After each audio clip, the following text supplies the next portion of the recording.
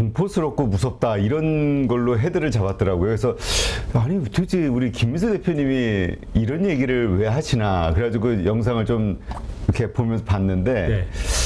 아 어떻게 보십니까? 좀 더 요약을 해서 솔직히 저희 PD님들께서 조회수에 대한 욕심이 크신 것 같아요. 아 왜요? 뭐 중간에 들어가는 멘트 하나였는데 그걸 포인트로 잡아서 거기다가 왜냐면 예. 가장 사람들이 그 기본 룰이 네. 가장 기본 그 사람들이 궁금해하는 그 다음에 예. 그 관심을 갖게 하는 거를 요소를 찾으라고 우리가 보통 내부에서도 그런 얘기를 많이 하니까. 근데 그러니까 정확한 내용은 물론 맞습니다. 이게 지금 이렇게 되면은 이제 저 욕먹으란 얘기죠. 아유, 저런 사람이 저렇게 얘기하게 되면 이제 바닥이 다가왔나 보다. 뭐 이렇게 나올 수도 있는 댓글도 안 봤습니다. 댓글 보게 되면 요즘에 마음의 상처가 심하기 때문에 그냥 그런가 보다 싶은데요. 근데 댓글 좋은 댓글 많던데요? 그래요? 솔직하게 시장을 이야기해 주셔서 고맙습니다. 네. 그렇게 안 좋은 걸 하고의 좀 비율을 보면 제가 이렇게 보니까 네. 한 8대 2도 안 되는 것 같던데 8이 다 긍정적이던데 그래요? 기억으로는. 네. 아니 그런 저도 그냥 살짝 훑어봐서 뉘앙스보다 뭐 이렇게 밀리는데 거기다가 또 뭐 공포 뭐 이런 얘기 써봐야 좀 더 어떻게 보면은 이거 어떡하지 하고 스트레스를 더 받게 하시는 단어일까봐 조심스럽긴 했습니다만 근데 지금 나오고 있는 현상을 보게 되면 딱 두 가지로 요약을 해보겠습니다. 네. 첫 번째 미국 증시나 한국 증시나 뭐 거의 한국 증시는 쉽게 말씀드리면 달러가 강세로 가다 보니까 워낙 약세죠. 그것까지 계산하게 되면 미국 증시보다 15% 더 빠진 상태입니다. 우리가요? 네. 환율로 계산하게 되면요. 네. 그러면 더 많이 밀렸다는 얘기겠죠? 그렇죠. 외국인들이 보는 한국 증시입니다. 그러면은 주식을 여기서 더 팔려고 할 상황은 아닌 것 같아요. 한국 증시에 대해서. 그러니까 현물이죠, 현물. 주식을 더 팔아 여기서 이 정도로 더 밀어버려야 돼? 라고 하는 이런 마음들. 게다가 또 그러니까 외국인들 주식 매도는 그렇게 크지는 않습니다. 게다가 또 예전에 지난 6월달 때 흐름들과 비교해 보게 되면 그때 또 하나 수급의 압박을 가져갔던 거는 대표적인 게 연기금이었죠. 네. 연기금 요즘 매도 안 합니다. 두 가지 흐름만 보게 되면은 수급 상황에서 그렇게 완전히 뭐 이런 걸 그대로 뭐 추가 하락에 대한 압박이 커지는 건 아닌 것 같아요. 근데 미국 시장이나 여러 가지 동향들이 아직 이제 지금 금리를 그렇게 올려서 그러니까 3번, 조금 있으면 또 4번까지도 금리를 자이언트 스텝으로 간다라고 하게 되면 시장에서 분위기가 뭐 사건 사고가 터질 것 같지 않겠어 이 정도면은 왜냐면 그렇게 강하게 금리 인상을 하는데 시장이 버티겠어? 라고 하는 경기에 대한 부담과 또 여러 가지 이럴 때마다 약한 고리가 터지는 뭔가의 부담감들이 그대로 시장에 녹아 있는 거죠. 그러니까 앞으로 어떤 리스크가 크게 발생할 것 같다라는 부분들까지 지금 감안해서 시장이 밀려가는 겁니다. 그럼 외국인들 입장에서도 그런 걸 분위기가 그렇게 감지되는데 왜 이런 거 좋아하는 이 약간 그 어둠의 세력들 가만히 있겠습니까? 그러면 선물로 움직이겠죠. 그러니까 시장이 현물은 그냥 이 정도면 됐다 싶어서 이제 더 크게 뭐 조 단위로 팔 사람은 없어 보이긴 하는데 이 더 무서운 게 선물로 움직이면서 시장을 막 교란시키는 거. 이건 저희가 너무 헛갈려요. 이럴 때는요. 그리고 또 그렇게 보면은 하락하는 각도가 내려가다가 이제 정점을 찍듯이 이제 막 밀려 내려가는 각도가 생기거든요. 이런 상황 쪽에서 대응하기가 무척 힘듭니다. 이게 지금 나머지 뭐 저점이 어디는 모르겠습니다만 이렇게 나오는 지금 공포 국면 중에 하나다라는 쪽으로 해석을 하셔야 될 것 같고요. 그러면 이럴 때 지금 지표만 보겠습니다. 또 달러 급등 뭐 네. 이제 113도 찍습니다. 이걸 누가 멈춰야 되는데요. 일단 멈출 게 없어요. 그러니까 지금 지표만 보면 거시적 환경만 보면 좀 긍정적인 건 없어요. 뭐 그렇습니다. 지금도 뭐 아침에 나오니까 뭐 속보 만약에 핵을 사용하면 미국은 자동으로 거기에 관여할 수밖에 없어. 경고 문구도 나오고 미국에서 이런 게 사람의 심리를 꼭 저희가 나 버틸 거야 하다가도 이런 지구가 멸망할 것 같은 뉴스 뭐 완전히 뭐 내일 무슨 일이 벌어질 것 같은 이런 뉴스 때문에 저희가 항상 저점에 손절하게 만들 수 있다니까. 그러니까 그래서 걱정이 되는 게 불과 오래전도 아니에요. 1년 반 전, 2년 전 네. 코로나 때도 이랬거든요. 맞습니다. 그때 네. 저도 방송을 그때 이제 한 지가 얼마 안 되니까 좀 이게 시류에 좀 휩쓸렸었는데 네. 그럼 나오시는 분들마다 그 예전에 패스트 그 유행 그러면서 더 이상 대안은 없고 저 백신 하나 개발하는데 걸리는 시간은 네. 기본적으로 10년이고 막 이러니까 네. 진짜 방법이 없는 것 같더라고. 네. 그러니까 그런 때 슬그머니. 근데 그때 그러니까요. 나왔던 신호들은 분명히 있었던 게, 그러니까 좀 그러니까 시장 흐름들이 가다가 이제 어떤 사건과 사고에 의해서 급하게 밀린 부분이지 않습니까? 이번도 마찬가지입니다. 제가 보기에는 지금 반영은 하고 있어요. 근데 혹시나 좀 부정적인 뉴스나 아니면 뭐 어떤 지정학적 리스크나 뭔가 또 크게 벌어진다라고 하게 되면 더 빠르게 내려가겠죠. 그런 때가 저점일 가능성이 높거든요. 그러니까 뭐 지금부터 뭐 신용 리스크든 뭐든 뭔가 터질 것 같은 이런 분위기가 가기 시작하다 보니까 그게 진짜로 이거 하고 뉴스가 나오고 거기서 진짜 이게 그럴 것 같이 될 개연성이 높은 얘기가 나온다라고 하게 되면 그때 주가가 급락이 나온다.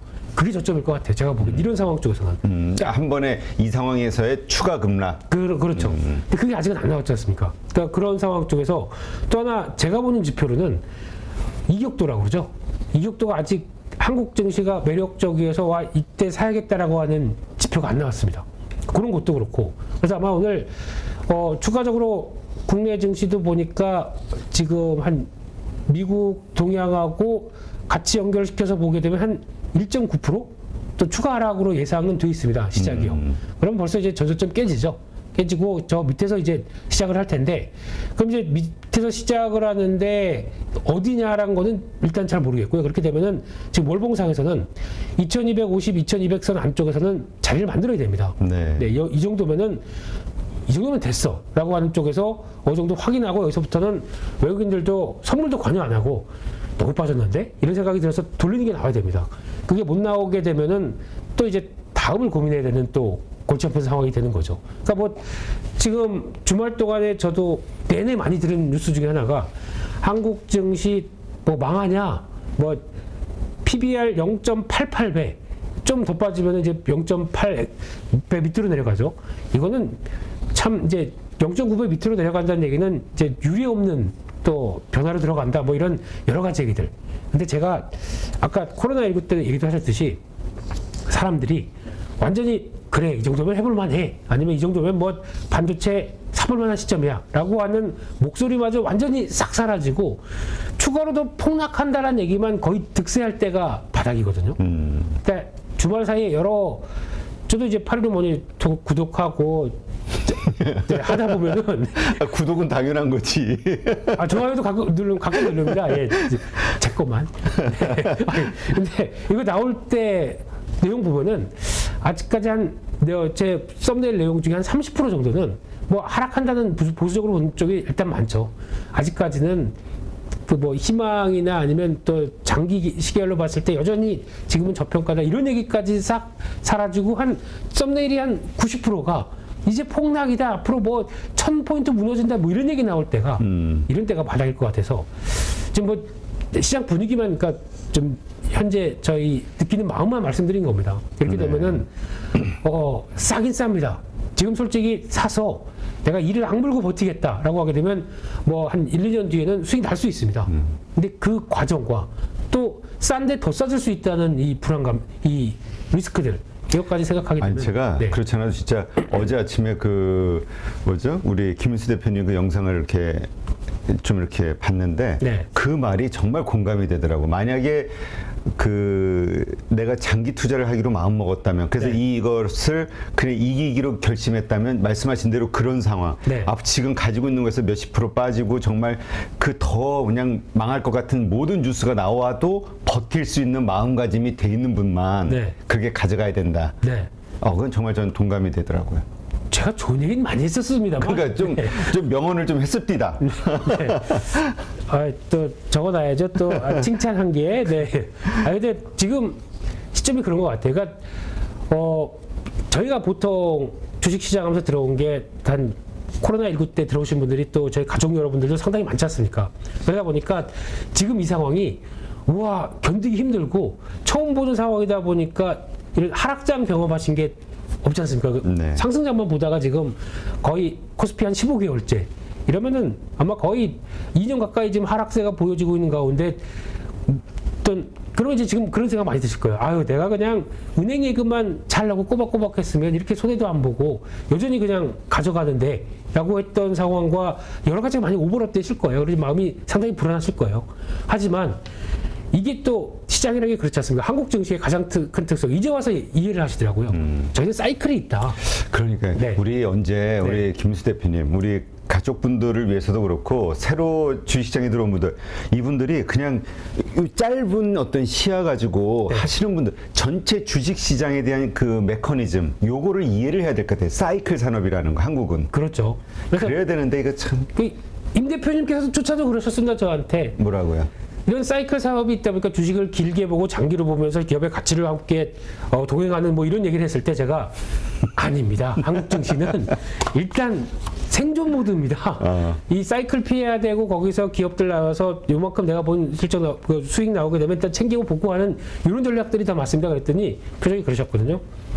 아, 이런 그랬어요? 예, 아직도 기억하고 있어. 네. 찍었어야 돼. 어디 자학을 한번 할까? 아닙니다, 아닙니다. 네.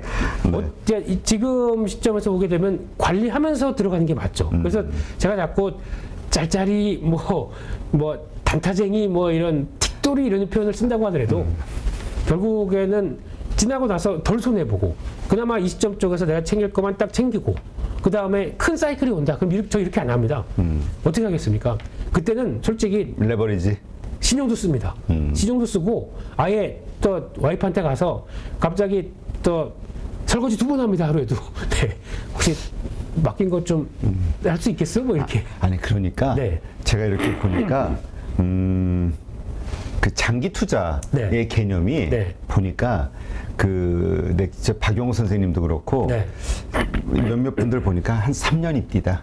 그러니까 예, 사이클이야. 예. 한국의 그 산업 사이클. 네. 그래서 내가 지금 투자를 할 때는 3년을 들고 갈 수 있는 장기 투자하시는 분들도 네. 한국에서는 성공하는 방식이 3년을 들고 10년이 아니라 맞습니다. 3년을 들고 갈 수 있는 주식. 아주 사이클이 왔을 때 팔 수 있는 주식.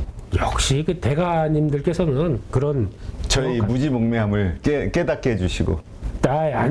임 대표님이 그렇게 그럴 정도는 아니시고요. 워낙 또 이제 얼굴로 보이나 또 피부로 보이나. 에? 지금 내가 생각하기는 저점에서 거기까지 갔었을 때가 3년이지 진짜 이 저점에서 막 이 횡보 나오거나 아니면 또 박스권 나오거나 이럴 때 또 다 죽어요. 박스권 나오다가 반등 시도하다가 또 깰 것 같은 이런 자리 나오게 되면 아우 못 참겠어. 그리고 여기서 손절해 버리거든요. 박스권 3번 자리에서는 저희가 보통 하는 얘기가 계좌 반토막 난다고 얘기합니다. 갈 것 같아서 샀다가 또 빠질 것 같아서 손절하고 요거 몇 번만 해도 다 날아갑니다. 그러니까 이럴 때는 하락이 멈춰서 박스권 나왔을 때는 이제 준비를 해야 되거든요. 그러니까 그런 것까지 다 합치게 되면은 저희가 보통 사이클 맞아서 주식할 수 있다라고 하게 되면 저는 1년 반이라고 생각합니다. 그 안에 모든 걸 공격적으로 해서 또 앞으로 한 4, 5년 동안 또 힘들고 그럴 걸 또 쫙 끌어올려야 돼요. 이런 과정이 한국 증시에 필요하다는 것도 생각을 하시면서 어렵습니다, 주식이. 네. 그래서 아니 네. 그 사이클에 대한 그러니까 한국 시장의 특징만 잘 이해하면 네. 그리고 그 시장을 알게 된 바에 따라서 나의 원칙을 가지고 그거에 맞게 투자를 하면 괜찮은데 네. 이 사람 심리상 그냥 좋다 할 때는 분명히 고점인데 그러면서 요거라도 먹어야지 하고 들어갔다가 그냥 그러니까 강세장 나오게 되면요. 네. 언제까지 갈지 모릅니다, 다들. 네, 그러면 이제 계속 신났습니다. 신나고 계속 하다가 결국에는 조심해야지 하는 마음도 있겠지만은 그래도 시장 가는데 뭐 하다가 고점에서 딱 물릴 때, 요때에서 또 꺾여질 때, 이런 때도 상당히 대가기가 힘들죠. 그러니까 그런 때도 일단 태사를 바꿔서 이때 또 손절해야 됩니다. 고점에서 너무 비싸게 샀다고 생각하게 되면요. 근데 그것도 시장 분위기 따라서 이거는 추세가 그대로 가니까 뭐 조정받고 또 올라가 이런 것도 무서운 거죠. 네. 알겠습니다. 자, 그럼 우리 이제 한국 증시 시야를 좀 좁혀서 네. 어떤 이슈들이 있는지 좀 볼까요? 이번 주 투자의 아이디어. 네, 이번 주는 솔직히 그냥 기도 모드고요. 네, 기도로 보면서 일단 오늘 OECD 중간 경제 전망 나오는데 뭐 안 좋겠죠? 좋게 얘기하겠습니까? 그래서 역시나 뭐 그렇게 보여지고 있고요. 27일 날 화요일 날은 내일입니다. 소비자 신뢰 지수 발표되고 내구재 주문 주택가격 지수. 근데 주택가격 지수가 생각보다 미국 쪽에서 이번에 또 CPI에서 발표됐듯이 좀 쭉 밀리다가 또 횡보하면서 살짝 올라와요. 왜 이런 현상이 나올까 싶어서 주택이 생각보다 그렇게 확 안 빠지고 있다는 것도 하나의 부담이거든요. 그래서 이런 것도 체크를 하되 내 지수가 7월 달 겁니다. 그래서 큰 의미가 없습니다. 그래서 그렇게 보셨으면 좋겠고요. 가장 중요한 거는 28일 날 미국의 마이크론 테크놀로지 실적 발표가 또 있습니다. 이게 또 삼성전자 SK하이닉스의 흐름을 또 바꾸겠죠. 근데 지난 실적 발표 때 안 좋을 것이다라고 못을 박았는데 지금 상황 쪽에서 좋을 것이다. 그리고 또 요즘 많이 나오는 게 삼성전자 SK하이닉스 실적이 환율 효과와 함께 괜찮을 것이다라고 얘기했는데 저는 개인적으로 이번 실적 상당히 안 좋을 것 같습니다. 왜냐면 이게 반영되는 과정이거든요. 그런데 너무 좀 증권사 실적들이, 그러니까 증권사들이 일을 안 하고 있어요. 그러니까 지금 나오고 있는 데이터만 본다고 하더라도 지금 Q가 늘어날 구간이 전혀 없는데 그거에 대한 반응과 이렇게 보게 되면 그냥 환율 효과와 함께 좀 더 선전하는 게 나올 것이다 생각하는데 제 생각에는 생각보다 안 좋을 수 있다. 라는 쪽으로 바라보는 게 더 맞잖아요. 그게 반영되니까 지금 정도의 지수가 나오는 거겠죠. 네. 이거 좀 체크하셔야 될 것 같고요. 또 한국의 9월 기업 경기 실사 지수 또 뭐 수출이 꺾이는데 저희는 좋아질 수가 없겠죠. 이런 쪽 봐야 될 것 같고요. 미국의 2분기 GDP는 뭐 그냥 그 정도 같습니다. 네, 근데 지금 얘기는 이제 하반기 뭐 2분기 연속으로 마이너스 나왔기 때문에 아직 큰 기대감은 없는데 하반기 때 또 다시 본격적으로 나빠지느냐 미국은 이걸 봐야 될 것 같고요. 30일 날 마지막 날이 또 금요일인데 여러 가지 얘기가 많습니다. 특히 개인소득 소비지출 이 PC 물가지수 지표 이것도 봐야 되겠죠. 이것도 넉넉히 떨어지는지. 근데 피크아웃 징후는 나오고 있는데 그렇다고 뭐 연준이 바라보고 있는 물가지수 2%대까지에 가기 위한 험난한 여정이 있는데 그 상황 쪽에서 연준은 공격적으로 가겠어 라고 하는 입장에서 뭘 바꿀 수 있는 부분들은 아니다라는 거 체크해야 될 것 같고요. 그 밖에 중국의 제조업 PMI 지수 발표됐는데 요건 좀 봐야 될 것 같습니다. 중국이 최근 들어서 가동률을 높이고 리오프닝 쪽에서 변화를 살짝 가져가려고 하더라고요. 그러면 여기서도 변화가 나오겠죠. 네. 중국의 경기 관련된 쪽이 살짝 살아난다라고 하게 되면 우리나라 입장 쪽에서는 뭐 그래도 이런 안 좋은 때 좋은 거 찾는다라고 되면 기대는 높을 수 있는데 이게 올라가기 시작하게 되면 중국의 물가도 자극할 수 있겠죠. 중국도 진퇴양난입니다 지금. 그래서 물가도 잡아야 되고 거기다가 경기도 부양해야 되고 이런 때에서 어떤 선을 잘 타면서 움직여야 될 텐데 잘 아시겠죠. 네. 그리고 마지막으로 테슬라 AI 데이가 있는데 로봇 쪽이죠. 네, 로봇 쪽에서 그 로봇주 투자하시는 분들이 전화를 기대하더라고요. 그런데 보통 저희는 선반영이라는 게 있지 않습니까? 그렇죠. 그래서 아마 이때쯤 수요일이나 목요일쯤 한번 쭉 올라서 반등이 좀 들어온다. 제가 보기에는 미리 대응하시는 건 좋을 것 같습니다. 그달 발표되고 와 했을 때 그 다음 주 월요일 날 또 미국 시장하고 또 어떻게 될지 모르기 때문에 미리 반등 들어온다. 그러면 좀 정리하시는 관점으로 보시는 게 좋지 않나 이렇게 생각이 듭니다. 네. 알겠습니다. 네. 자, 그다음 개별주로는 부정적으로 보시는 섹터가 있네요. 주가는 올랐지만 네. 좀 생각 좀 해보자. 한 입장 쪽에서 한 이틀 동안 ARM이라고 해서 지금 삼성전자가 인수한다. 네. 소프트뱅크 지분 인수하면서 이제 삼성전자가 ARM에 그동안 참고 찾아왔던 100조 가까이 있는 현금을 쓴다. 라는 쪽에서 관심이 높고 그와 함께 뭐 관련된 종목들 가온칩스 뭐 이런 종목들 쭉 하고 또 움직이더라고요. 그런데 가온칩스 같은 경우도 쉽게 말씀드리면은 ARM의 디자인 하우스입니다. 그러니까 거기 연관돼서 나오는 회사인데 ARM이 삼성전자로 갔다고 해서 물량을 더 늘까요? 이건 아닌 것 같아요. 네, 그래서 그냥 뭔가 연관된 회사 없나라는 쪽에서 찾는 회사들이 지금 다고 그런 정도라고 하게 되면 또 하나 이제 인수를 할 때 제가 보기엔 삼성전자 단독으로 못합니다. 그렇죠. 왜냐하면 지난번에 ARM 인수할 때 다른 회사들 인수했다가 철퇴받은 게 독과점 얘기였었어요. 그러면 삼성전자 또 단독으로 인수한다 그러면 이거 우리 또 인정 못해. 그러면 또 실패하거든요. 그러면 컨소시엄으로 나갈 것 같습니다. 그러면 또 지금 뭐 SK 하이닉스도 살짝 발 들어갈 수 있고 뭐 인텔이나 뭐 다른 뭐 퀄컴 이런 회사들도 다 비밀물 업체도 다 들어가게 되면 컨소시엄으로 들어가는 거죠. 그럼 그런 메리트가 단독으로 인수하는 것보다는 살짝 떨어지겠죠. 그렇게 됐을 때는 저는 너무 올인하면 안 되겠다는 입장이고, 거기다가 매각 가격도 필요하겠죠. 그렇죠. 네. 돈 갖고 있는데 컨소시엄을 인수해서 가는데 자기가 주도를 하겠다는 입장 쪽에서 다 썼는데 이게 생각보다 비싸다라고 하게 되면 이것도 고민스럽겠죠. 그래서 이런 거 보게 되면은 아직까지는 너무 긍정적으로 보기는 힘들다라는 쪽으로 그냥 일단은 테마주다라고 봐야 될 것 같고요. 또나 중소형 철강주 또 계속 움직이는데 포스코나 현대제철이 뭐 파업하고 생산 차질 때문에 오히려 철강 가격이 올라간다. 이거는 무슨 논리인지 모르겠습니다.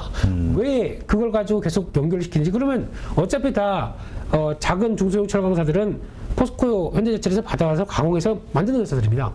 여기서 이제 2, 3개월의 재고 다 소진돼서 이제 줄 거 없는데 매출 절벽이 나와요. 이게 좋은 뉴스일까요? 그렇기 때문에 오히려 지금 가격 인상은 가장 중요한 건 중국으로부터 나옵니다. 그러니까 중국이 이제 가동률 높여서 이제 철광석 다시 쓰고 경기가 살아나면서 원자재들을 더 많이 필요하다 보니까 들썩들썩하는 현상. 이래야 철강주가 움직일 수 있는 가장 좋은 조건 같습니다. 그렇기 때문에 지금은 중국 동향 확인하고 아마 포스코 홀딩스 PBR이 0.23배인가 그렇습니다. 그 주주들은 차라리 회사 정리하면 돈 버는 거예요. 차라리 그게 차라리 한 4-5배 버는 거잖아요. 그렇게 되는 거죠.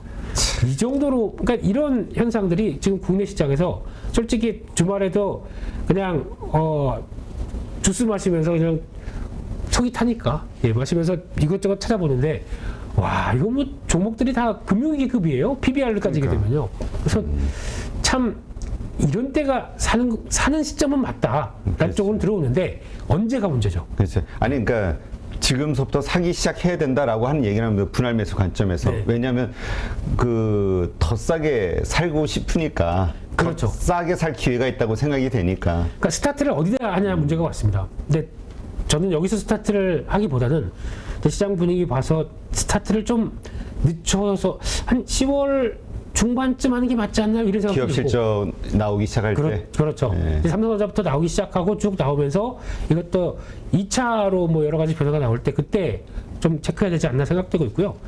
마지막으로는 보니까 기관 외국인 수급 쪽에서 삼성중공업을 외국인기관이 많이 사는데 삼성중공업은 해양 플랜트 쪽에서 저게 있습니다. 우리나라에 독보적으로 갖고 있는 기술 중에 하나가 그 FRSU라고 하는, 그러니까 즉 지금 터미널에서 LNG를 갖다가 이거를 액화해서 그 다음에 수입 쪽으로 보내면 거기서는 또 그 기화하는 이 과정을 너무 비싸고 시간이 오래 걸리니까 부유식 배로 거기서 만들기 시작합니다. 거기서 바로 그러면 배가 와서 거기서 대서 갖고 가게 되면은 시간적인 여유나 비용도 많이 준다고 합니다.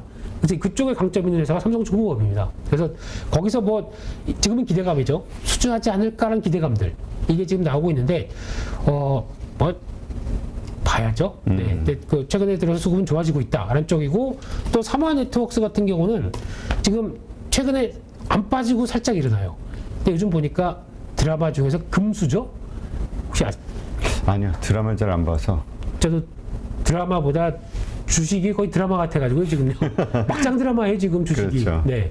근데 그것도 뭐 인기가 있으면서 뭐 MBC로 뭐 판권 계약하고 뭐 이런 얘기 나오더라고요. 그래서 뭐 살짝 올라오는데 혹시나 지금 최근에 수급 좋다 보니까 그거 가지고 뭐 살짝 이게 뭐 좀 매매하는 정도 가능할까? 이런 정도만 보시는 게 좋을 것 같고요. 오늘은 이렇게 개별주가 통하겠습니까? 네, 뭐 혹시나 또 변화가 들어오게 되면 짧은 거 한번 좀 보자라는 관점적으로 두 종목은 말씀드렸습니다. 네. 네. 그 철강 얘기가 좀 나왔으니까 네. 우리 김민수 대표님이 이야기하셨던 세아제강 네. 이것을 아직도 이야기하시는 분들이 많아서 네. 그거 관점을 어떻게 보시는지 하나 하고 네. 그 다음에 AS 차원에서 네. 그 다음에 또 뭐죠? 요즘 휴스틸에서 유상증자 네, 네. 뭐 이게 나왔잖아요. 이걸 받아야 되냐 말아야 되냐 이걸 가지고 고민하는 분들이 많더라고요. 지금 일단 먼저 세아제강 지주 이쪽은 변화가 없습니다. 이번에 아마 지금 최근에 밀린 것도 이거 피크아웃 아니야? 이런 논리 때문에 밀린 것 같고요. 근데 그게 보통 보면 세아제강이나 세아제강 지주 쪽에서 가장 많이 관관 쪽 얘기 나올 때 나오는 얘기입니다. 의상적으로 나오는 얘기고요. 회사는 잘 들어가고 있습니다. 그렇기 때문에 너무 걱정은 뭐 보유하신 분들 걱정할 필요는 없다고 생각 들고 있고요. 두 번째 휴스틸 같은 경우는 하필 이 시점에 그러니까 여러 번 생각이 듭니다. 지금 이 시점에 주가 이렇게 올린 다음에 거기서 대규모 유상증자를 한다. 기분이 나쁘죠. 그렇죠. 네. 올린 근데, 상태에서. 네. 그래서 뭐 900억 정도 되는데 그걸 가지고 진입한다 그러면 짜증은 나는데 가만 생각해 보게 되면 아니 그러면 지금 유상증자가 낫지 뭐 차입을 했으면 이자가 얼마가 나갑니까? 그렇기 때문에 그나마 낫겠다. 그리고 또 보니까 대구 구경 관관 쪽에 설비 투자를 한다고 하더라고요. 이거 지금 없어서 난립니다. 그럼 괜찮은데 근데 지금 타격은 받았거든요. 증사한다라는 관점 쪽에서. 그래서 만약에 한 5,200원, 5,240원인가가 유상증자 1차 예상가입니다. 그 정도 부분까지 주가가 먼저 내려간다. 차라리 갖고 계신 분들은 오히려 물 타는 게 낫지 않나. 그 생각이 듭니다. 5,000원대, 어차피 이제 주가가 밀린다는 가정하에서 5,200원대는 추가 매수해서 차라리 증자까지 받는 게 낫지 않나 라는 생각까지 하고 있습니다. 그래서 지금은 이제 밀린 자리다 보니까 여기서 전략을 짠다라고 하게 되면 이왕이면은 뭐 유상증자 여러 가지 다 반영한 그 가격대 거기는 대응하시는 게 낫지 않나라는 생각이 살짝 들고 있습니다. 강관은 저는 나쁘지 않게 보고 있습니다. 지금 강관 피팅 네. 그 조선과 관련해서 네. 그 계속 긍정적으로 봐야 된다 이렇게 보시나요? 핵심은 LNG 쪽입니다. LNG 관련된 가스, 유가는 솔직히 별 관심이 없고요. LNG에 대한 중요성은 앞으로 계속 커질 것 같습니다. 이게 우크라이나 전쟁 요게 잘 해결이 된다 해도 신재생 에너지가 커도 저희가 백업 에너지라고 그러거든요. 그러니까 화력 발전이 들어갔는데 화력이 복합 화력 발전과 함께 LNG가 들어가는 수요는 지금 제가 차트가 없어서 그런데 꾸준히 늘어날 것 같습니다. 그러면 중요성은 계속 커진다고 봐야 될 것 같습니다. 네, 알겠습니다. 네, 하여튼 오늘 일단 이거 하나만 질문드리죠. 네. 그 조금 더 어려워질 수 있다라는 전제로 그러면 지금 이렇게 어려울 때 가지고 있는 물량을 줄여야 되냐, 아니면 분명히 반등할 시기가 올 것이다. 그러면 반등할 때 줄여야 되냐?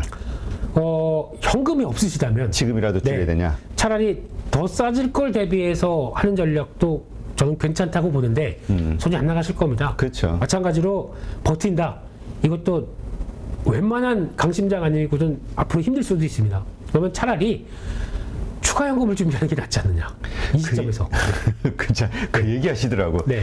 이걸 가지고 손절하기, 네. 제가 우리 주린이 분들을 위해서 이 리밸런싱과 관련해서 한번 좀 방송을 준비했는데 주말에. 네. 주말에 열일했습니다. 아주 힘들어요. 뭐 또 여기서 올라오는 거 보니까 역시 임 대표님이시다. 아니, 워낙 이 부분에 대해서 고민들을 하시니까 이거와 관련된 책을 쓰신 분이 있더라고. 그래가지고 예. 섭외를 해가지고 좀 방송을 찍었는데 네. 그 얘기 하더라고. 현실적으로 네. 가서 정말 내가 근로소득을 어디 알바라도 띄워가지고 현금을 만들든 네. 다른 쪽에서 돈을 벌어서 차라리 사는 게 현실적으로 맞다. 그 지금부터 하락하는 구간은 저는 그게 더 낫다고 생각합니다만 얼마까지인지는 이제 체크해야 되겠죠. 그러니까 그게 두려운 거죠. 지금은 추가 하락에 대한 여러 가지 변화. 그렇죠. 네. 누구나 1시간 안에 200개 종목에서 좋은 종목을 고를 수 있는 그런 능력을 배양할 수 있도록 제가 도와드리려고 그렇게 하고 있습니다.